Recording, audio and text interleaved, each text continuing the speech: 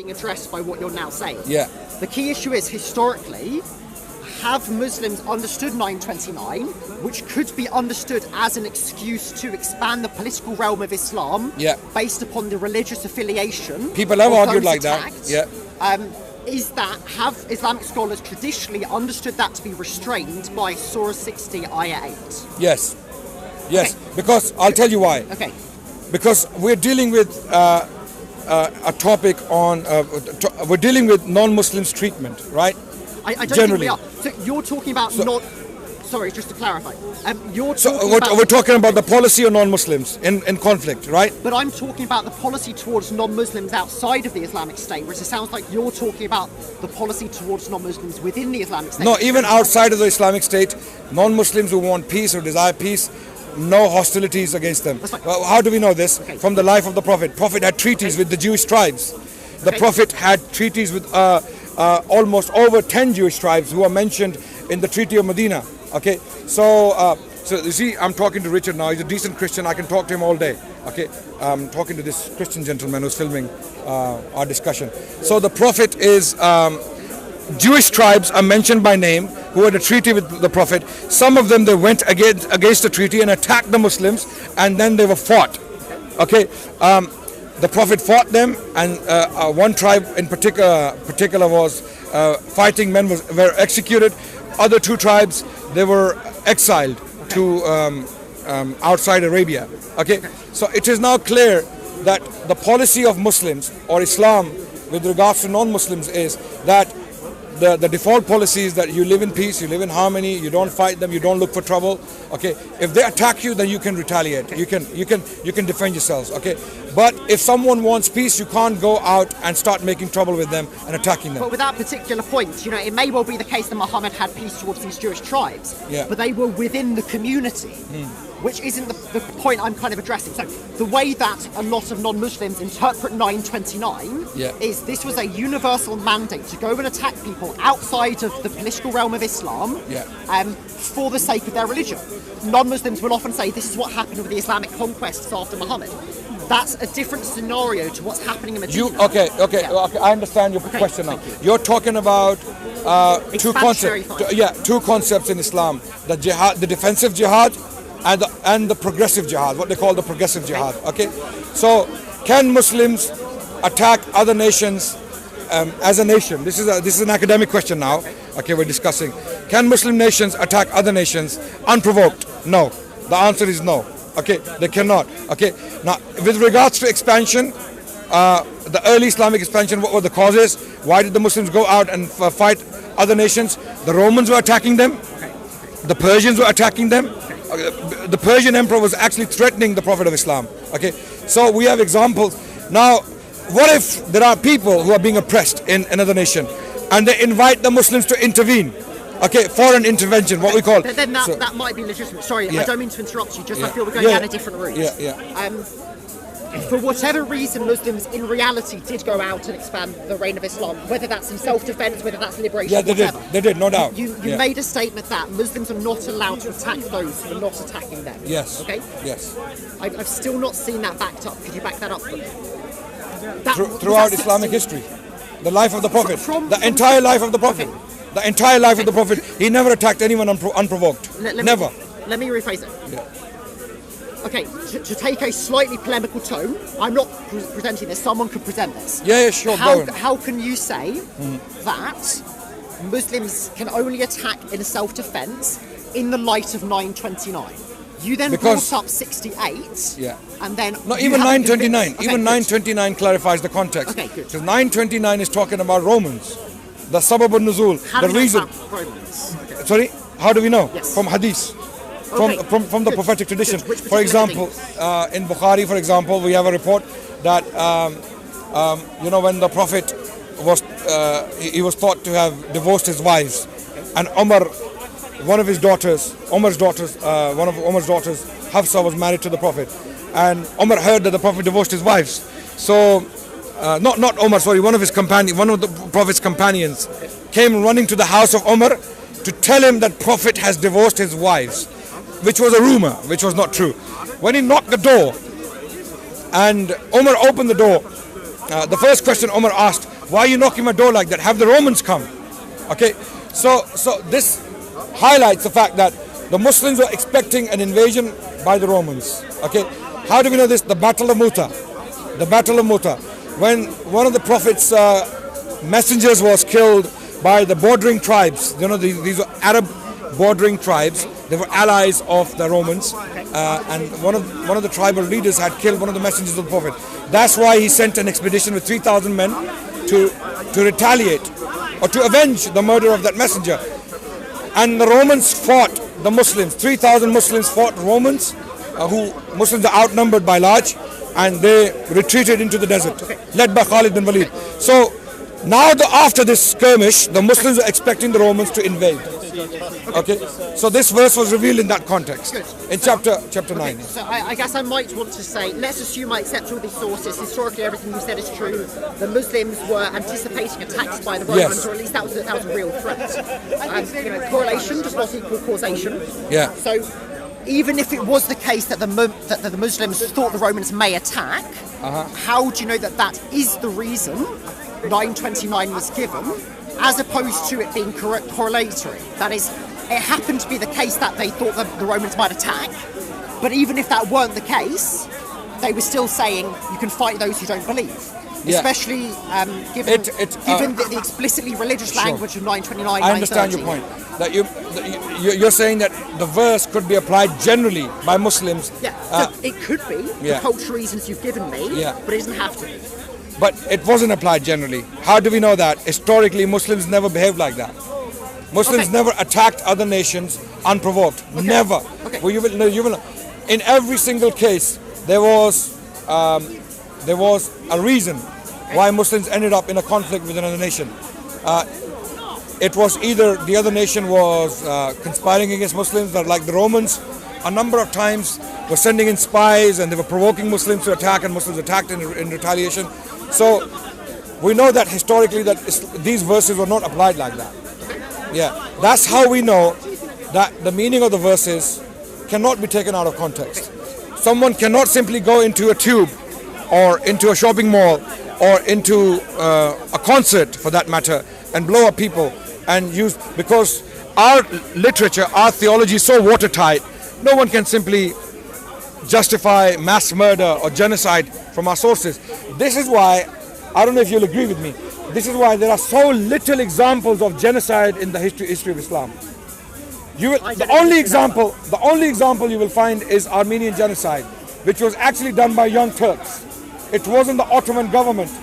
It were not the Ottomans who were responsible for that genocide. It were the Young Turks, a secular group of young Turkish officers who had taken over the government, and they are the ones who did this. So you will not find an example of genocide. For Timur Lane is another example. Okay, Timur the Lame,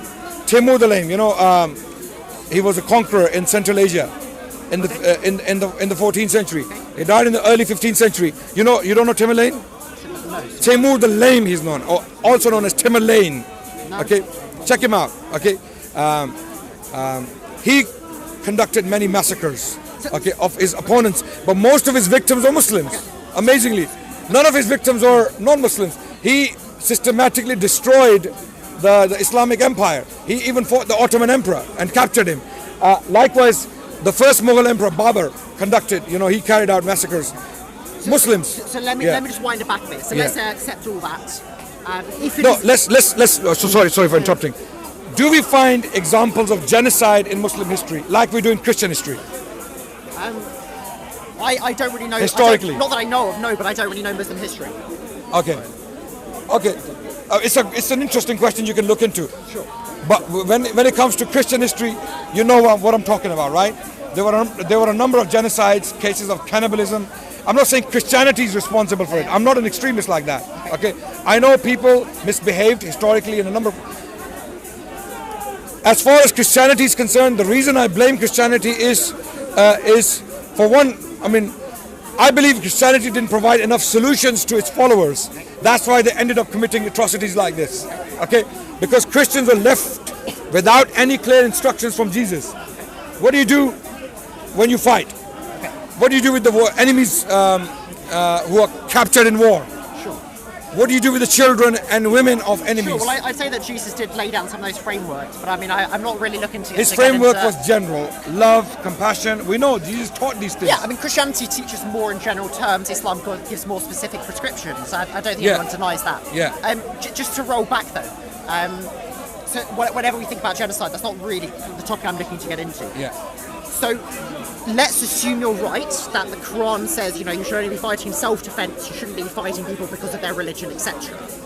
Why then is there such a... Because I've tried to read Surah 9 in the light of that framework, in the light of what many Muslims here at Speaker's Corner told me. Sorry, go repeat the question again. I've tried to read Surah 9 in the light of the idea you just presented, that is, Islam does not condone fighting people for their religion. Yeah.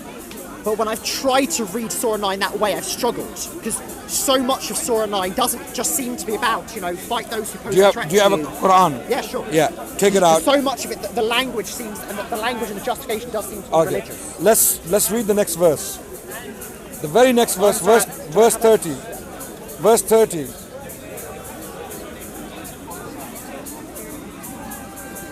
I see your point. Okay. So, it's chapter 9 verse 29 states, fight against such of those who have been given the scripture as believe not in Allah nor the last day, and forbid not that what Allah has forbidden by his messenger, and follow not the religion of truth until they pay the tribute readily being brought low. Even if we were to stop here, not go further, it's clear that it's talking about non-believers who are fighting you. How do we know this? The option of jizya is there. Okay. If they choose to pay jizya, you don't fight them. It's forbidden to fight them. If non-Muslims are subdued, for example, if they have become weaker militarily, okay, and they have chosen not to fight anymore, okay, you're not fighting them. Okay, it's not indiscriminate fighting just because they're disbelievers. No. But this doesn't rule that out. It's quite possible, as many here believe, for example, that Muslim armies can attack non-Muslim countries because of their religion until they pay jizya, in which case they don't have to be killed. Yeah. That doesn't. The fact that jizya is there doesn't at all rule out the possibility they're being fought for their religion. That fits just as well into both frameworks. I see your point. That they're simply being fought for their religion. That's right. Okay. Yeah, that's the point you're making. Given what you're saying, I would expect verses like this to say, fight those who fight you until they stop fighting, and then Allah is most merciful, whatever. But the stress of this and verse 30, which if I may just read, and the Jews say Ezra is the son of Allah, and the Christians say the Messiah is the son of Allah. That is their saying with their mouths. They imitate the saying of those who disbelieved of old. Allah's curse be on them how they are deluded from the truth, and it carries on. Yeah. The overwhelming stress, the theme of these verses seem to be they are wrong in their religion, and that's why you should fight them. Okay, that's very interesting. If that's the case, if the command was to generally fight them, okay, for their religion, then Muslims would have been in perpetual warfare with Jews and Christians. There would be no periods of peace. Now, jizya is not the only option, by the way. Okay. We have another option called ahad. Ahad is a treaty. Okay. It's a term of peace. For example, Muslim nations throughout history were in peace with Romans. Okay. They were in peace with North African governments. Even in Spain, Muslims were in peace with northern governments. I mean, from what I understand of historic jihad theory, the fact that the Quran might command violence against non-Muslims doesn't mean they perpetually have to be. No. You could have a just to talk for 1 minute. Sorry. You could have a peace treaty if in the long run it helped Muslim strategy, etc. So the fact that there were times of peace doesn't disprove that. In fact, and also I would say, Christians don't always follow their religion perfectly. Muslims don't always follow their religion perfectly. Yeah. What I want to know is, without appealing to later history, why is the theme of these verses so religiously oriented? In what sense? As in, it seems to say, fight those who do not believe, and then the following verses are explaining their theological errors and how God's curse is upon them. Okay, if it's just about threats to the Muslim community, why is it so much religion? You do know that we read the Quran holistically, right? Okay, sure. Yeah, we interpret the Quran in the light of the Quran. Okay, the first reason I've already given you, chapter 8, chapter 60, verse 8. Yes. Clarifies that point. Your question is addressed by that particular part. Why? Because even that verse is talking about conflict. It's talking about conflict. Good. So now we're coming back to that. I think that was a really important verse. I think we went off that verse because we started discussing other reasons as well. Let's read the verse again. Good. So we understand the context. It's actually talking about conflict. Okay. It's not talking about a standard normal situation. Allah forbids you not those who did not make war against you on account of religion and did not drive you out from your homes, that you should show them kindness and deal justly with them. Allah loves the just dealers. So it is clear that your understanding, as you're saying that people can misunderstand it that way, and people can be in perpetual warfare with Christians and Jews because of that verse. I'm saying that's not possible if you read the Quran holistically. If you read the Quran as one text, as one uniform text, it is not possible to interpret that verse in that way. Also, another point I wanted to raise was chapter 2, again, reading the Quran as a uniform text. Fight in the way. Chapter 2, verse 190. Fight in the way of Allah against those who fight against you. But begin not hostilities. So you should not be the ones to begin hostilities. Allah loves not aggressors. And slay them wherever you find them, and drive them out of the places from where they drove you out. For persecution is worse than slaughter. So if you're being persecuted, fight back. Don't just sit there and turn the other cheek, like Christianity, like the Christians believe, right? So like some Christians believe. And fight not with them at the inviolable places of worship until they first attack you there. So if they attack you, see, when you read the Quran, it's all about if they attack you, if they attack you, then fight back. Okay, and don't, So again, this means in a state of war, and only the governments can decide. Tom, Dicks, and Harrys walking on the street, individual Muslims cannot apply these verses on the masses at large. So there are a couple of points I wish to make. Thank you. A couple of points I wish to make. One is about, at some point, maybe later on, I'd like to ask you, if we were just interpreting this verse on its own, do you see my point about the religious language? But first of all, before we go there, I want to say, historically, have Muslim, jurists, legal schools, etc., interpreted these verses to whatever that was, 185, whatever it was, and 68. Have they interpreted those verses in the light of being abrogated by 929? From what I understand, many in the Islamic legal tradition have considered 929, the sword verse, a very late verse, to override these other verses. No doubt. You're absolutely. So why should Muslims today? The Shafi school of thought in particular, you're absolutely correct. You're right. Okay. The Shafi school of thought is known as the hawkish school of thought in that sense. Is it just the Shafis? Just the Shafis. Just the Shafis. The Hanbalis, the Hanafis, and the Malikis, which are the overwhelming majority of the Muslims. So the Shafis, who are the Shafis? Who are we talking about? We're talking about not even 5% of Muslims today. Okay, Shafis are mainly in Yemen, in Somalia, and some parts of India, and that's pretty much it. Where else? Indonesia and Malaysia, the most peaceful Muslims on the planet. So the most passive Muslim on the planet, Indonesian and Malaysians, and amazingly, no army was sent to them. So Shafi school of thought, some of the jurists from the Shafi school of thought had argued like that, that this verse means war by default with non-Muslims. War by default. But that's a minority perspective in Islam. And that perspective was never accepted as the norm. It was never upheld by Muslim scholars and Muslim governments, historically speaking. This is why we see so little example of Muslims attacking other nations unprovoked. There may be examples. Some people might have followed occasionally the Shafi view, but that view is actually not accepted. It is a view. It is there. It is based upon this very verse. You're not wrong in pointing that out, but majority of the Muslims don't follow that view. Likewise, there are other views, erroneous ideas in Islamic literature. Some people have expressed certain views. They are not accepted. A majority of the scholars come out and condemn. Great. So that's fine. Sorry, guys. We're gonna move.